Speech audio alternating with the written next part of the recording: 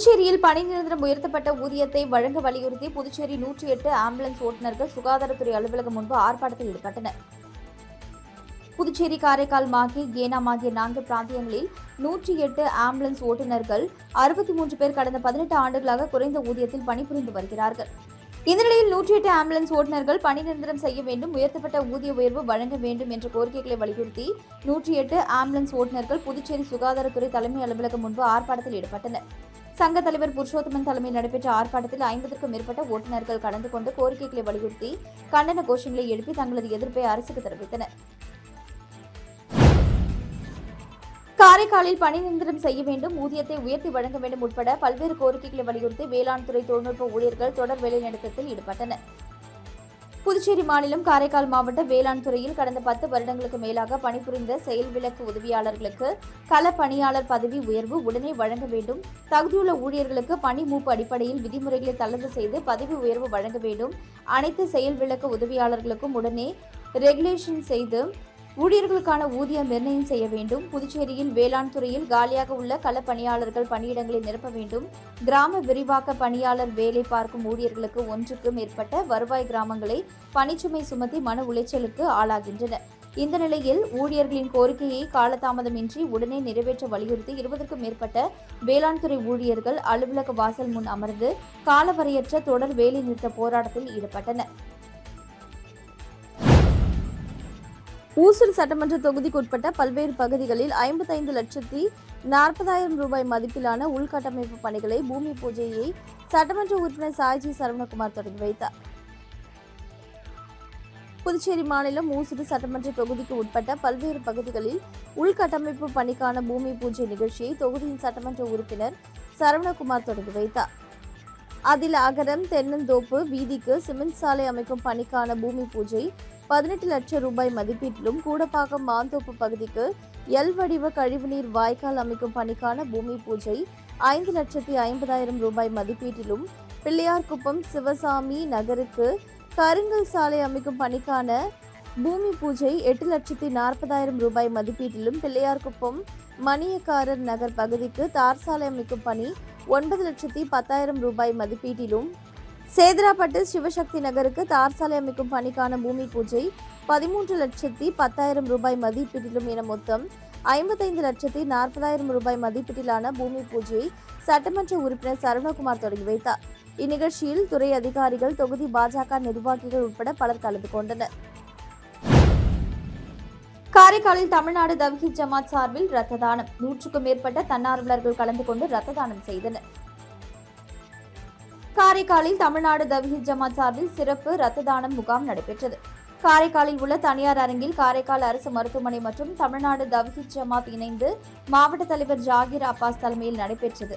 இதில் 100க்கும் மேற்பட்ட தன்னார்வலர்கள் கலந்து கொண்டு ரத்த தானம் செய்தனர்.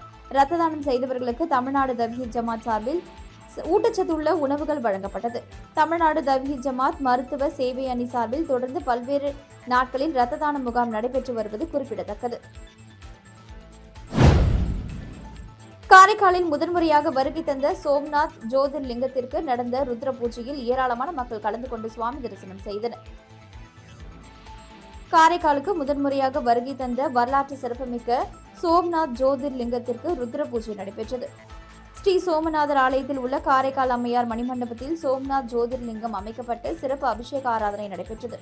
குருதேவ் ஸ்ரீ ரவிசங்கர் நல்லாசியுடன் சுவாமி ஸ்ரீ தேஜ் அவர்கள் ஜோதிர்லிங்கத்திற்கு சிறப்பு அபிஷேகமும் ருத்ர பூஜையும் செய்து பக்தர்களுக்கு அருள் பிரசாதம் வழங்கினார். ஜோதிர்லிங்கம் தரிசனம் நிகழ்வை முன்னிட்டு இசைப்பள்ளி மாணவர்கள் இசை நிகழ்ச்சி நடைபெற்றது. சோம்நாத் ஜோதிர்லிங்கத்தை தரிசிக்க வந்த பக்தர்களுக்கு பிரசாதங்கள் வழங்கப்பட்டது. சோம்நாத் ஜோதிர்லிங்கம் ருத்ர பூஜை மற்றும் தரிசன நிகழ்ச்சியில் ஆயிரக்கணக்கான பக்தர்கள் கலந்து கொண்டு ஜோதிர்லிங்கத்தை தரிசித்து சிவனின் அருளை பெற்றனர்.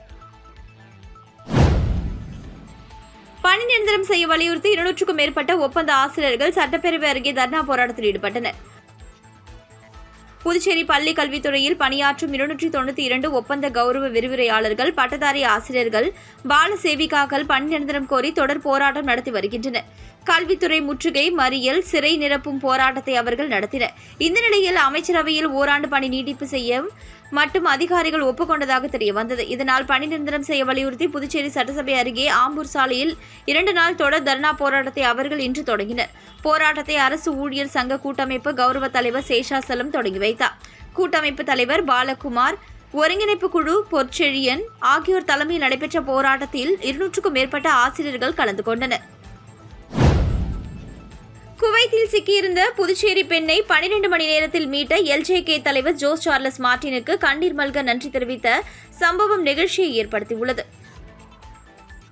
புதுச்சேரி மாநிலம் தட்டாஞ்சாவடி பகுதியைச் சேர்ந்த ஆட்டோ ஓட்டுநர் ராஜாவின் மனைவி சத்யவாணி குடும்ப வறுமை காரணமாக குவைத் நாட்டிற்கு வீட்டு வேலைக்காக சென்றிருந்தார்.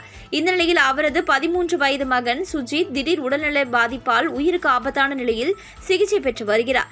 மகனின் நிலைமையை அறிந்த சத்யவாணி புதுச்சேரி வர வீட்டு உரிமையாளரிடம் அனுமதி கேட்டபொழுது அங்குள்ள ஏஜென்ட் அவரை அனுப்ப மறுத்ததுடன் ஹவுஸ் அரெஸ்ட் போன்ற நிலையில் வீட்டு சிறையில் அடைத்து வைத்திருந்ததாக கூறப்படுகிறது. இதனால் மிகுந்த மனவேதனையடைந்த அவரது கணவர் ராஜா மனைவியை மீட்டு தரக்கோரி லட்சிய ஜனநாயக கட்சியின் தலைவர் ஜோஸ் சார்லஸ் மார்டினை நேரில் சந்தித்து மனு அளித்தார். இதனை மிகுந்த கவனத்துடன் எடுத்துக்கொண்ட தலைவர் ஜோஸ் சார்லஸ் மார்டின் உடனடியாக சத்யவாணியை பாதுகாப்பாக மீட்டு கொண்டுவர தேவையான நடவடிக்கைகளை அந்நாட்டு தொடர்புடையவர்களுடன் பேசி விரைந்து மேற்கொள்ளுமாறு அறிவுறுத்தினார். அதன் அடிப்படையில் லட்சிய ஜனநாயக கட்சியின் நிர்வாகிகள் குவைத் நாட்டில் உள்ள சத்யவாணியுடன் தொடர்பு கொண்டு சட்ட ரீதியான மற்றும் நிர்வாக நடவடிக்கைகளை மேற்கொண்டனர். இந்த தீவிர முயற்சியின் பலனாக சத்யவாணி இன்று விமானம் மூலம் சென்னை அனுப்பி வைக்கப்பட்டு பின்னர் புதுச்சேரி வந்து தனது குடும்பத்துடன் இணைந்தார். சொந்த ஊருக்கு வந்தடைந்த சத்யவாணி கண்ணீர் மல்க தலைவர் ஜோஸ் சார்லஸ் மார்டின் அவர்களுக்கு நேரில் சந்தித்து நன்றியை தெரிவித்துக் கொண்டார்.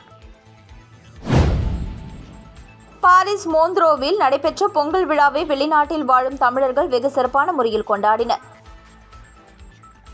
பாரிஸ் மோந்த்ரோவில் கோலாகலமாக நடைபெற்ற பொங்கல் விழா பாரிஸ் நகரை அடுத்த மோந்த்ரோவில் வெளிநாட்டில் வாழும் தமிழர்கள் ஒன்றிணைந்து தமிழர்களின் பாரம்பரிய திருவிழாவான பொங்கல் பண்டிகையை சலி டி மிட்டராண்ட் அரங்கில் வெகு சிறப்பாக கொண்டாடினர். தமிழர் பண்பாட்டை வெளிப்படுத்தும் வகையில் மண் பானையில் பொங்கல் வைத்து தாரை தப்பட்டை முழக்கங்களுடன் விழா தொடங்கியது. தொடர்ந்து கும்மி பாடல்கள், பரதநாட்டிய நடனங்கள், பக்தி பாடல்கள், ஆடல் பாடல் நிகழ்ச்சிகள் உள்ளிட்ட பல்வேறு கலை நிகழ்ச்சிகள் நடைபெற்றன. குழந்தைகள், இளைஞர்கள் மற்றும் குடும்பத்தினர்களுக்காக நடத்தப்பட்ட பல்வேறு போட்டிகள் விழாவிற்கு கூடுதல் உற்சாகத்தை ஏற்படுத்தின. இந்நிகழ்ச்சியில் மோந்த்ரோ நகர மேயர் ஜேம்ஸ் செரோன், துணை மேயர் மற்றும் சமூக நல அதிகாரி முகமது யூசப் ஆகியோர் சிறப்பு அழைப்பாளர்களாக கலந்து கொண்டு வெளிநாட்டில் வாழும் தமிழர்கள் தங்கள் மொழி, பண்பாடு, பாரம்பரியத்தை பாதுகாத்து வருவதை பாராட்டினார்.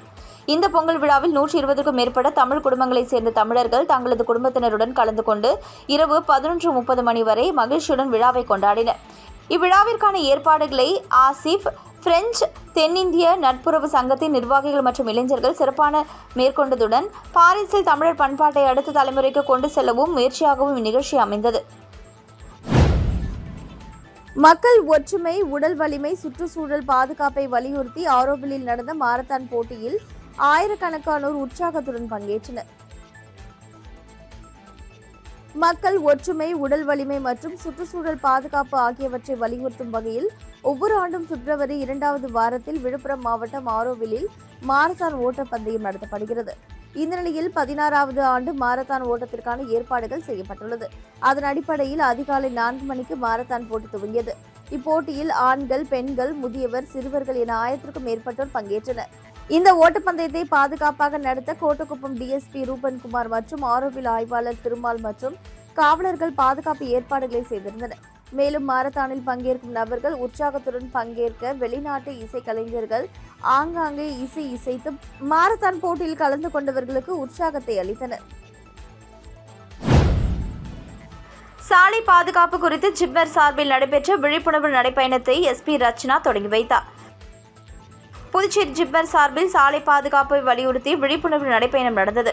நிகழ்ச்சியை SP ரச்சனா சிங் துவக்கி வைத்தார். இன்ஸ்பெக்டர் நாகராஜன், எலும்பியல் துறை பேராசிரியர்கள் ஜெகதீஷ் மேனன், தீப் சர்மா, ஒருங்கிணைப்பாளர் ரபீஷ் குமார், எலும்பியல் துறை இணை பேராசிரியர்கள் பசுபதி, பிரபு, ஜிப்மர் பேராசிரியர்கள், மருத்துவ பணியாளர்கள், செவிலியர்கள், மாணவர்கள் மற்றும் பொதுமக்கள் இதில் கலந்து கொண்டனர். சாலை பாதுகாப்பு, விபத்து தடுப்பு மற்றும் காயம் குறைத்தல் ஆகியவற்றின் அவசியத்தை வலியுறுத்தி பொறுப்பான நடத்தை, விபத்துகள் மற்றும் சாலை போக்குவரத்து காயங்கள் பெரும்பாலும் தடுக்கக்கூடியவை என்பதை பொதுமக்களுக்கு உணர்த்துவதற்காக விழிப்புணர்வு நடைபயணம் நடந்தது. காந்தி சிலை அருகே துவங்கிய நடைபயணம் 3 கிலோமீட்டர் தூரம் ஒயிட் டவுன் முழுவதும் சுற்றி மீண்டும் காந்தி சிலை அருகே முடிவடைந்தது. புதுச்சேரியில் இந்தியா கூட்டணி யார் தலைமை வகிக்கிறார்கள் என்பது சூழ்நிலை பொறுத்து முடிவு செய்வார்கள் என எம்பி திருமாவளவன் கருத்து தெரிவித்துள்ளார். புதுச்சேரியில் கோவில் கும்பாபிஷேக விழாவில் பங்கேற்க விசிக கட்சி தலைவர் திருமாவளவன், தமிழகத்தை போன்று புதுச்சேரியிலும் கூட்டணி திமுக தலைமை ஏற்குமா என கேள்வி கேட்கப்பட்டது. அதற்கு பதிலளித்த அவர், திமுக, காங்கிரஸ், இடதுசாரிகள் உள்ளிட்ட மதசார்பற்ற கூட்டணி தான் புதுச்சேரியிலும் உள்ளது. புதுச்சேரியில் தோழமை கட்சிகளுடன் கூட்டணி பேச்சுவார்த்தை நடத்தக்கூடிய குழுவை திமுக தான் கடந்த காலத்தில் அமைத்தது. இப்பொழுதும் திமுக நியமித்த அந்த குழுதான் விசிக மற்றும் ஒரு சில கட்சிகளுடன் பேச்சுவார்த்தை நடத்த தயாராகி கொண்டிருக்கிறது. அந்த பேச்சுவார்த்தையில் நாங்கள் அனைத்தையும் முடிவு செய்வோம். புதுச்சேரியில் யார் தலைமை வகிக்கிறார்கள் என்பது சூழ்நிலை பொறுத்து முடிவு செய்வார்கள். ஆனால் இது எதுவாக இருந்தாலும் இது மதசார்பற்ற முற்போக்கு கூட்டணிதான். அதில் நாங்கள் இணக்கமான முடிவினை மேற்கொள்வோம் என்றார். பாஜக கூட்டணியின் பொய்த்து போன ஆட்சியே புதுச்சேரியில் நடக்கிறது என மார்க்சிஸ்ட் கம்யூனிஸ்ட் அரசியல் தலைமை குழு உறுப்பினர் பாலகிருஷ்ணன் குற்றம் சாட்டினார்.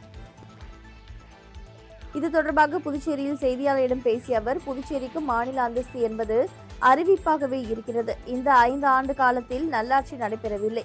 பொய்த்து போன ஆட்சிதான் நடந்துள்ளது. இந்த ஆட்சியின் சாதனையே போலி மருந்து ஊழலைத்தான் சொல்ல வேண்டும். இந்த அரசு எல்லா விதத்திலும் தோல்வி அடைந்திருக்கிறது. எந்த வாக்குறுதியும் நிறைவேற்றப்படவில்லை. புதுச்சேரி மக்களின் வாழ்வாதாரம் பாதிப்புக்குள்ளாகி இருக்கிறது. எனவே புதுச்சேரியில் பொய்த்து போன என்ஆர் காங்கிரஸ் பாஜக கூட்டணி ஆட்சியை கண்டித்து வரும் 20ஆம் தேதி வில்லியனூர், அரியாங்குப்பம் பகுதிகளில் விவசாயிகள் பொதுமக்களை திரட்டி நடைபயணமாக சென்று சட்டசபை முன் ஆர்ப்பாட்டம் நடத்த தீர்மானித்துள்ளோம்.